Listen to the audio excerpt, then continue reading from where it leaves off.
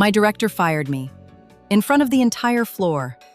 No warning, no meeting, no explanation, just a sentence loud enough for everyone to hear. Pack your things, you're done. What she didn't know was that she had just fired the woman who founded the company. If you've ever been dismissed, talked over, or quietly pushed aside in something you built with your own hands, this story is going to feel very familiar and very satisfying. So before we continue, take a second.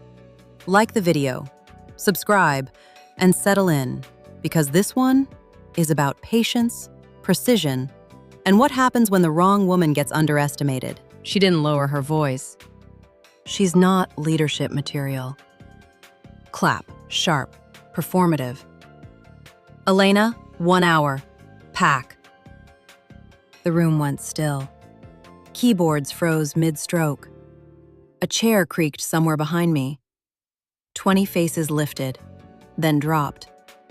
I kept my hands folded near my keyboard. My tea was still warm. Steam rising in slow threads. Everything ordinary, except the pressure building behind my ribs.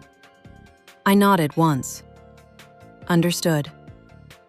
Director Cole smiled, that polished smile.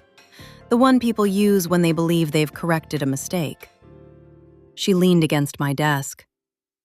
"You were always too gentle for executive work," she said. "You don't survive at the top without steel." Survive. That word stayed with me. I closed my laptop carefully. "May I ask the grounds for dismissal?" "You'll get the email," she shrugged. "HR's tied up. Let's not make this dramatic." Of course they were tied up. They'd been rewriting me out of the company for months. I opened my drawer, packed my notebooks, my pen, my leather folio. What I didn't pack was my founder keycard. As I walked toward the elevator, whispers followed. Soft, relieved, curious. No one spoke. Not Tara, not Isaac, not even Daniel. They all knew. And they chose comfort. That silence landed heavier than the firing. And in that moment, something inside me shifted. Not anger, not grief. Clarity. I didn't go home. I drove 3 blocks past my apartment and parked beneath a quiet glass building. Suite 1403. My private office. The one no one at Halcyon Dynamics knew existed. The lights rose slowly. Monitors flickered on. Security feeds filled the walls. My archive. My insurance. Right on cue, Cole entered HR. Confident stride. Chin lifted. Minutes later, my termination file appeared in the system. Involuntary dismissal. Performance misconduct. Efficient. Cruel. Strategic. I opened the master folder. Project Glass Veil. Every forged signature. Every diluted share transfer. Every email sent in my name. They thought they'd buried me in corporate fog. They forgot who wrote the founding architecture, who seeded the capital, who retained Founder Clause 3.17. I selected everything and pressed send. To my attorney, and to 2 board members already suspicious. Then I drafted one final request.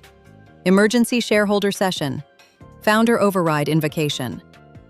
By the time I shut the lights off, the outcome was inevitable. The next morning, I walked back into Halcyon Dynamics. Charcoal suit, structured, intentional. Reception didn't recognize me. Of course not. I had been erased from the internal directory less than 24 hours earlier. The elevator opened. Cole stepped out, latte and hand smile already loaded. She saw me, stopped. "Elena?" Like she'd found a file she thought she'd deleted. "You may want to cancel your 10 o'clock, I said calmly. Before she could respond, a voice crossed the lobby. "Director Cole, Richard Hale, board member, former federal prosecutor." "You'll need to surrender your company devices immediately," he said. "Your directorship is suspended pending investigation." Color drained from her face. "On what grounds?" Richard turned slightly toward me. "Founder override clause. Elena Voss has submitted documentation of executive misconduct." Founder. The word hung in the air, heavy, unavoidable. For the first time, her composure cracked. I stepped into the elevator, doors closing, her voice rising behind me. I didn't look back.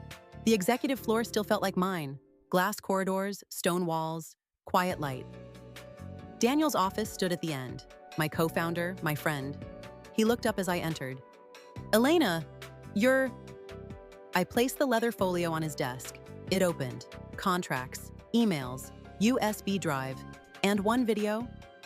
Daniel and Cole laughing over drinks celebrating my removal. His face emptied. "Is this a misunderstanding?" "Check the timestamps," I said evenly. "You filed share transfers during my medical leave." His hands trembled. "I had to stabilize leadership." "You sold integrity for control." The door opened. Richard stepped in. "Mr. Kane, security will escort you out." Daniel stood slowly, hollow. As he passed, I leaned slightly closer. "I trusted you." Pause. "You replaced me." Security let him out. The room felt colder, but cleaner. Then I saw it. A slate blue folder inside his bottom drawer. Wrong weight, wrong placement. I opened it. 6 resignation letters, senior department heads, dated tomorrow, stock transfers, exit bonuses, a coordinated exodus. He wasn't just stealing power. He planned to collapse the company the moment I reclaimed it. I leaned back slowly. This wasn't betrayal, it was eradication. I pressed the intercom. "Richard, call Ava Tran and Daniel Roth." Emergency session. Because Daniel believed I'd forgotten Berlin, he was wrong. The boardroom was silent. 12 directors, watching. I placed an envelope on the table. "Before we proceed," I said calmly, "we need to revisit an acquisition decision in Berlin, 10 years ago." Daniel shifted, subtle but visible. "Internal emails," I continued. "Financial routing. Witness testimony." I met his eyes. "Would you like to explain why you accepted a $3.2 million bribe to sabotage our merger? And routed funds through your cousin's shell firm?" His chair scraped. "That's absurd." "You're right," I replied softly. "It was. The statement you gave regulators in 2017. Silence filled the room. Ava spoke quietly. "You exposed this company to corruption." I stood. "Daniel Kane, you are suspended pending legal proceedings." Security entered. "You can't do this," he snapped. I held his gaze. "I already have." Silence. Clean this time. I placed a second folder on the table. "My brother died in service," I said. "This company was built on a promise to him. Integrity before profit. 2 weeks," I continued. "Ethics overhaul. Independent oversight. Founder governance restored." Ava nodded. "So ordered." Across the table, Dylan Roth didn't move. I met his eyes. "You're next." That night, my apartment was still. Victory has a particular quiet, like pressure leaving a sealed room. Then my phone lit. Blocked number. "You think this is over?"